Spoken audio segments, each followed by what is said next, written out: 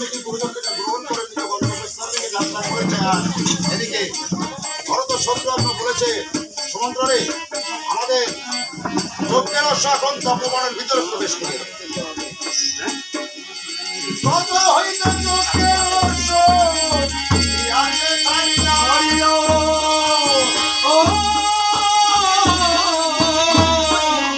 তপবনে যজ্ঞের অশ্ব যুগনে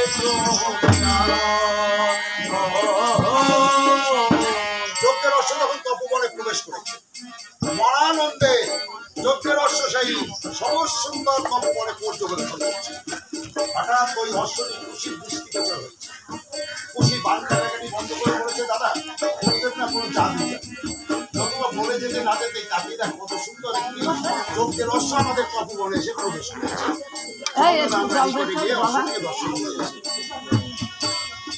দুটি ভাই মিলে যখন অশ্বের নিকটে গিয়ে উপস্থিত হয়েছে, খুশি বলেছে, দাদা অশ্বের বলে ওটা দিকে যাতো দাদা ওই জয়পত্রটি পাঠ করে রাখতো।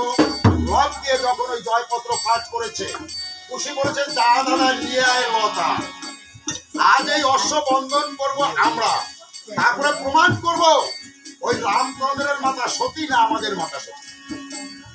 যা দাদা নিয়ে আয় লতা।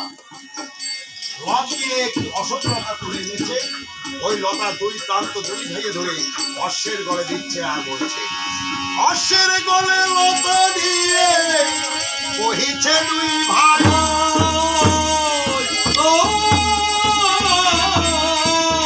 এই লতার বন্ধন ছিলি যদি অশ্ব মাসি তার আর কি অশ্ব যেতে পারে? মাসি তার দোহাই শুনে অশ্ব নিস্তেজ হয়ে লতার বন্ধনে আবদ্ধ হয়ে আছে। আর তার দু চোখ দিয়ে কেউ ঝড়ো ঝড়ো চোখটা যখনই মাসি তার দোহাই শুনেছে, দুটি চোখ দিয়ে ঝড়ো ঝড়ো চোখটা আরম্ভ করেছে। তিনি বড় ভুলবা অশ্ব নিস্তেজ হয়ে সেখানে বাধা পড়ে রয়েছে। আর এদিকে ভরত বলেছে, সুমন্ত্রে বহুক্ষণ হয়ে যায় আমাদের অশ্ব তপবনে প্রবেশ করলো, কেমন কিন্তু ফিরে আসছে না কেন? চল আমরা গিয়ে অশ্বকে উন্মেষণ করে দেখি। সকলে মিলে অশ্বকে উন্মেষণ করতে গিয়ে দেখে লতার বন্ধনে আবদ্ধ হয়ে আছে অশ্ব। ভরত চতুর্দিকে লক্ষ্য করে দেখতে পায় কিছু দূরে একটি বৃক্ষ নিচে পঞ্চবর্ষীয় দুটি বালক বালিকা দেখা যাচ্ছে। ভরত ধীর পদক্ষেপে দুটি বালকের নিকটে গিয়ে বলেছে, বালকদ্বয়, অশ্ববন্ধন করেছে কারা? আমরা করেছি। বালকদ্বয়, অযোধ্যার বাসী প্রভু রামচন্দ্রের যজ্ঞের অশ্ব, অশ্ব ছেড়ে দাও। থাকতে পারি এক শর্তে। এই শর্ত? অশ্ব বালাজি জয়পত্র অশ্বের এক পাশে লিখতে হবে রামচন্দ্রের মাতা অশ্বতী। এই কথা বলে যদি সেই বালক দুইজন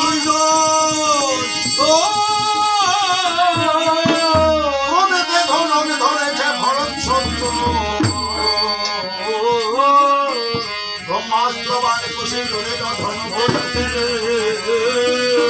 শক্তি উচ্চারিয়া দিচ্ছে ব্রহ্মাস্ত্র ছাড়া খুশি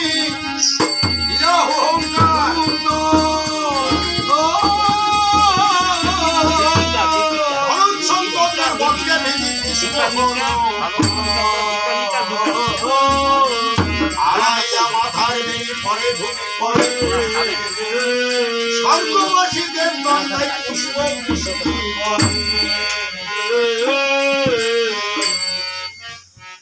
ভরত শত্রুঘ্ন যখন ধরাশায়ী হয়েছে, সুমন্ত্র সারথি ওই দৃশ্য দর্শন করে ভগ্নদল রথ দিয়ে অযোধ্যা অভিমুখে যাত্রা করেছে। আর এদিকে প্রভু রামচন্দ্র যজ্ঞাসনে বসে মুনি ঋষিগণদের দেখে দেখে বলেছে, মহামণিগণ বারবার থেকে থেকে কেন আমার বামঙ্গ স্পন্দিত হচ্ছে, আমার মনে হয় কোনো অমূল্য সম্পদ আমি হারিয়ে ফেলেছি। হঠাৎ তাকিয়ে দেখে সীমা প্রান্তে সুমন্ত্র সারথি ভাই ভীম ভক্ত দশ রথ দিয়ে অযোধ্যায় এসে প্রবেশ করেছে। প্রভু রামচন্দ্র যে সুমন্ত্রকে বক্ষে জড়িয়ে ধরে বলেছে, সুমন্ত্র রে, তুই এসেছিস আমার প্রাণে দুটি ভাইকে কোথায় রেখে এসেছিস? সুমন্ত্র বলেছে, প্রভু দক্ষিণে বাল্মীকিপুরীর তপবনে পঞ্চবর্ষী দুটি বালকের পরে আপনার দুটি ভাই প্রাণ ত্যাগ করেছিল। প্রভু রামচন্দ্র তখন শোকে দুঃখে আত্মহারা হয়ে ভ্রাতৃহন্তার প্রতিশোধ নিতে ভাই বন্ধু আত্মীয় স্বজন সৈন্য সামন্ত সকলকে নিয়ে রণক্ষেত্র অভিমুখে যাত্রা করেছে। ভাতৃহংকার প্রতিশোধ নিতে, আর এদিকে কুশীলব দুটি ভাই ভরত শত্রুঘ্নকে নিধন করে মায়ের কুটির অভিমুখে যাত্রা করেছে মায়ের আশীর্বাদ। মা কুটির থেকে দৃষ্টিপাত করে দেখতে পায় কুশীলব দুটি সন্তান রুদ্ধশ্বাসে কুটির অভিমুখে ছুটে আসছে। মা তখন কুটির থেকে দোবাহু প্রসারিত করে কুশীলবকে ডেকে ডেকে বলেছে, এসে বসো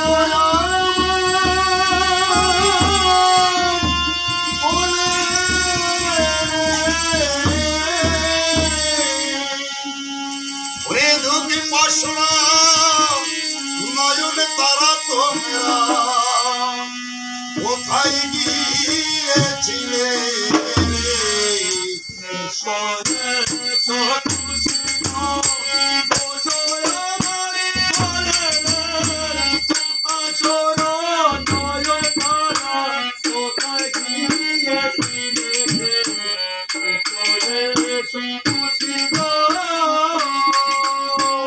এসো এসো বলে সীতা হস্ত প্রসারিল রে, এসো এসো খুশিল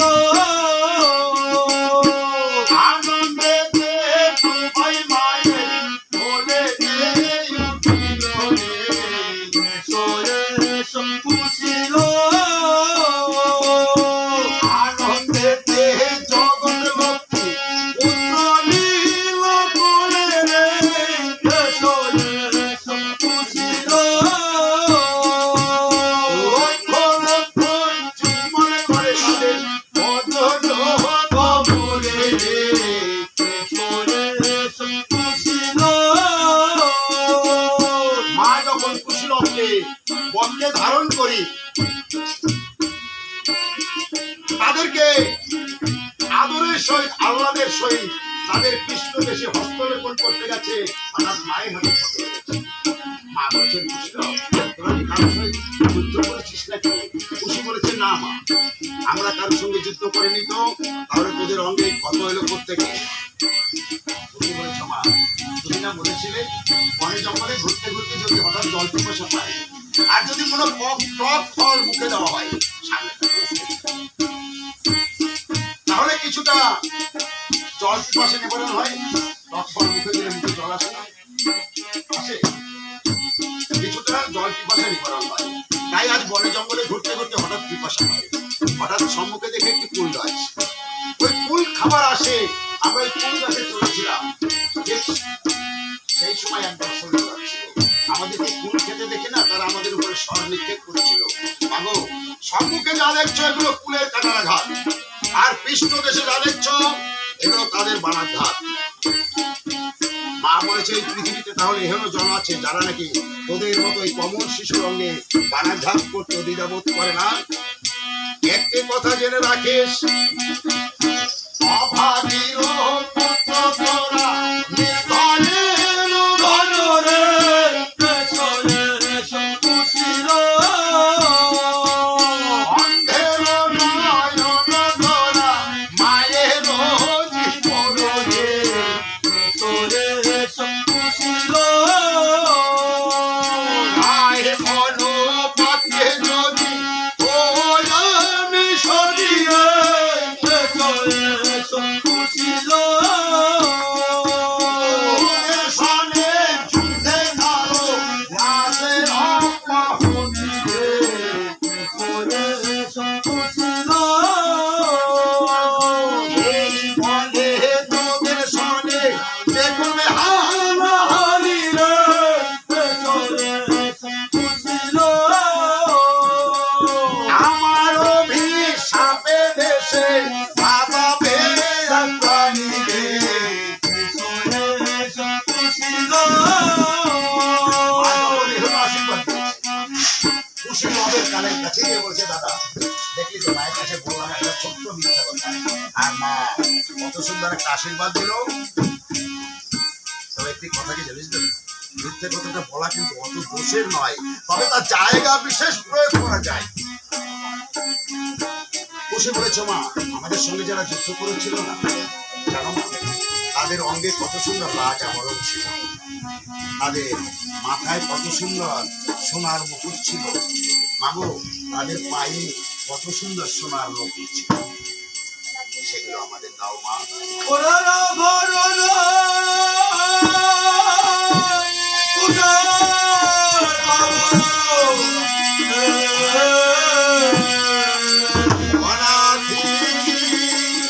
জনমে দক্ষিণী আমি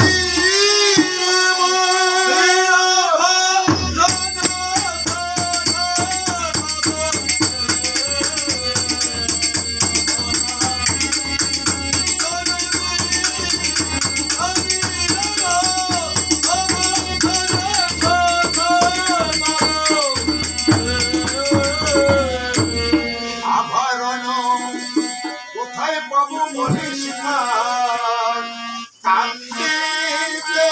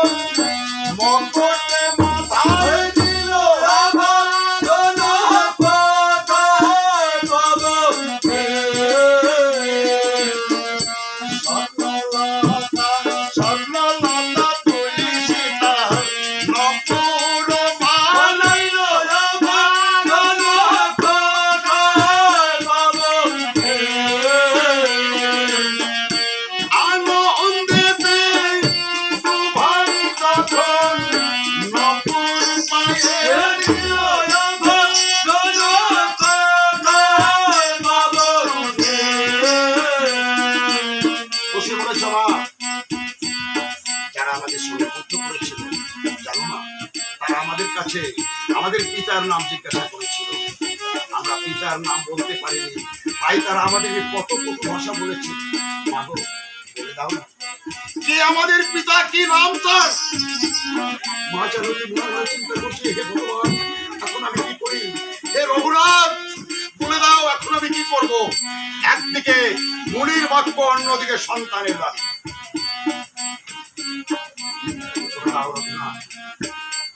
আমি সান্ত্বনা দেবো আমার সন্তান ভাইকে। মা তখন বলেছে, রে আমার স্বামীর নাম আমি মুখে বলতে পারি না, আমি তোদেরকে আকারে নিতে বলবো, কেমন তোরা বুঝে নিস তোদের পিতার কি নাম হতে পারে। তাই মা আমার বলেছে, তোদের পিতার নাম আছে সে পুরাণে শব্দ জানে।